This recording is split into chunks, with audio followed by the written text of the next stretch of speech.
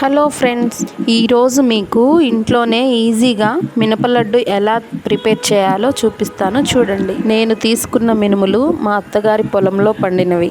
వీటిలో అక్కడక్కడ రాళ్ళు, ఎర్రమట్టి ఉన్నాయి. వీటిని బాగా వేయించాలి. అలా అని మరీ ఎక్కువగా వేయించకూడదు.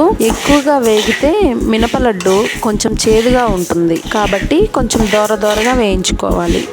ఈ విధంగా దోరగా వేయించిన వాటిని దోరగా వేయించుకుంటే మనకి లడ్డు అనేది చాలా టేస్టీగా వస్తుంది. మాడకుండా చూసుకోవాలి. ఇలా వేయించిన వాటిని ఒక చాటలోకి తీసుకొని అందులో ఉన్న రాళ్ళు, మట్టి మొత్తం వేరు చేయాలి. నాకు వీటిని తీయడానికి చాలా టైం పట్టింది. వీటిని నీట్గా తీసేసిన తర్వాత మిక్సీలో వేసుకొని గ్రైండ్ చేసుకోవాలి. మరీ మెత్తగా ఏం అవసరం లేదు, కొంచెం ఫైన్గా ఉంటే చాలా బాగుంటుంది లడ్డు. ఇదిగోండి, ఈ విధంగా ఉంటే సరిపోతుంది. ఇలా మిక్సీ పట్టిన వాటినన్నిటినీ ఒక దాంట్లో వేసుకోవాలి. నేనైతే 1 కేజీ మినపగుండ్లు తీసుకున్నాను. అందులోకి 1/2 కేజీ బెల్లం యాడ్ చేస్తున్నాను. అచ్చు బెల్లం వాడకూడదు. ఇప్పుడు నేను చూపించేలాంటి బెల్లం అయితే చాలా బాగా టేస్టీగా వస్తుంది. నేను ఈ బెల్లంని పట్టుకున్నాను. అయితే బెల్లం తురిమే టైంలో నా ఫింగర్కి కోసుకుంది.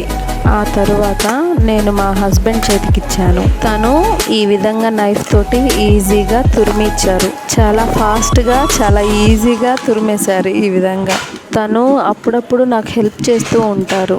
ఈ విధంగా తురుముకున్న బెల్లంను మనం ముందే ప్రిపేర్ చేసుకున్న మినప పొడిలో కలుపుకోవాలి. ఈ విధంగా బెల్లంను నలిపితే ఈజీగా, తొందరగా పిండిలో కలిసిపోతుంది.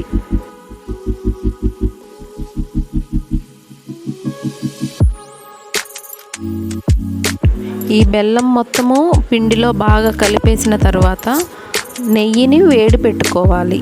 నేనైతే కేజీ పిండికి 1/2 కేజీ వరకు నెయ్యి వేసాను. ఈ నెయ్యిని కొంచెం పిండిలో వేసుకుంటూ మొత్తం పిండంతా కలుపుకోవాలి. మనము ఇందులో నెయ్యి, బెల్లము ఇంకా మినపపిండి అన్నీ కలిపి చేసుకున్నాం కాబట్టి ఇవి బాలింతలకి చాలా మంచిది. నాకు పిల్లలు పుట్టిన ప్రతిసారి మా అమ్మ ఈ విధంగానే చేసి పెట్టేది. అన్నీ కలుపుకున్న తరువాత ఈ విధంగా చిన్న ముద్దలుగా నీట్గా రౌండ్గా వచ్చేలాగా చేసుకోవాలి. ఈ విధంగా చేసిన లడ్డు గర్భిణీ స్త్రీలకు కానీ బాలింతలకు కానీ చాలా యూజ్ అవుతుంది. ఈ లడ్డూలు రోజుకు 2 తిన్నా సరే పిల్లలకి పాలుంటాయి.